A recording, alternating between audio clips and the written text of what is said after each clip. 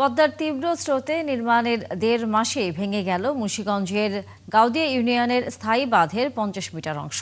এতে বিপাকে এলাকার মানুষ আতঙ্কে অনেকেই ঘরবাড়ি সরিয়ে নিয়েছেন। যাদের কোথাও যাবার জায়গা নেই তাদের রাত কাটছে নির্ঘুম। ক্ষতিগ্রস্তদের অভিযোগ নিম্নমানের কাজের কারণে বাঁধ ভেঙে গেছে। তবে পানি উন্নয়ন বোর্ড বলছে নদীর গতিপথ বদলই এই ভাঙনের কারণ। জসিমউদ্দিন দেওয়ানের তথ্যছবিতে বিস্তারিত। গেল রবিবার বিকেলে পদ্মার তীব্র স্রোতে ধস নামে লৌহজংয়ের গাউদিয়া ইউনিয়নের স্থায়ী বাঁধে। মুহূর্তেই ভেঙে যায় ৫০ মিটার অংশ। তড়িঘড়ি করে সরিয়ে নেওয়া হয় ওই এলাকার বেশ কিছু ঘরবাড়ি। এরপর থেকে ভাঙন আতঙ্কে দিন কাটছে বাসিন্দাদের। আমরা খুব আতঙ্কে ছিলাম, আমরা সবাই মনে করেন ঘরের ভিতরে ছিলাম। হঠাৎ করে ভাঙা শুরু হয়েছে। নদী ভেঙে যেতেছে, এই হইতেছে, আমরা তো ঘুমাইতে নেই, ঘর আসলে একটা ভাঙে লেগে গেছে।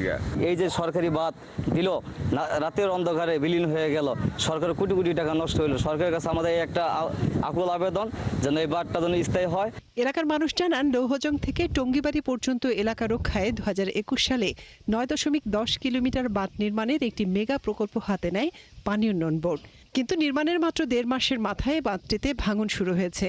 আর ভাঙনে এরই মধ্যে বিলীন হয়েছে লৌহজংয়ের অর্ধেকেরও বেশি এলাকা।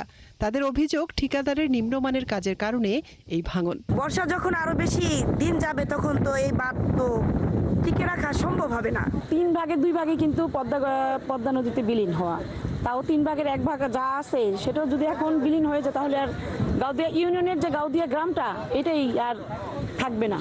তবে অভিযোগ মানতে নারাজ ঠিকাদারি প্রতিষ্ঠান। আর পানি উন্নয়ন বোর্ড বলছে, হঠাৎ নদীর স্রোতের গতিপথ বদলে যাওয়াতেই এই বিপত্তি। সাময়িকভাবে জিও ব্যাগ ফেলে ভাঙন ঠেকানোর চেষ্টা চলছে। ঠিকাদার প্রতিষ্ঠান যে একটা ব্লক বা একটা মস্তা কম দিবে, কম ফেলবে, এটার সুযোগ নেই। তো যেহেতু বন্যাকালীন সময় পানি বাড়তেছে দ্রুত, ভাঙন যেন আরো বৃদ্ধি না পায় এই কারণে সাময়িকভাবে এটা ব্যবস্থা গ্রহণ করা হয়েছে। পরবর্তীতে আবার আগের মতো কাজ করে দেওয়া হবে। ভাঙন কবলিতরা বলছেন, এখনই স্থায়ী কোনো ব্যবস্থা না নিলে গাউদিয়া ইউনিয়নের হাজারো বসতভিটা, স্কুল, মসজিদ আর বাজার নদীতে বিলীন হয়ে যাবে। মনিরা কাজরি, ৭১।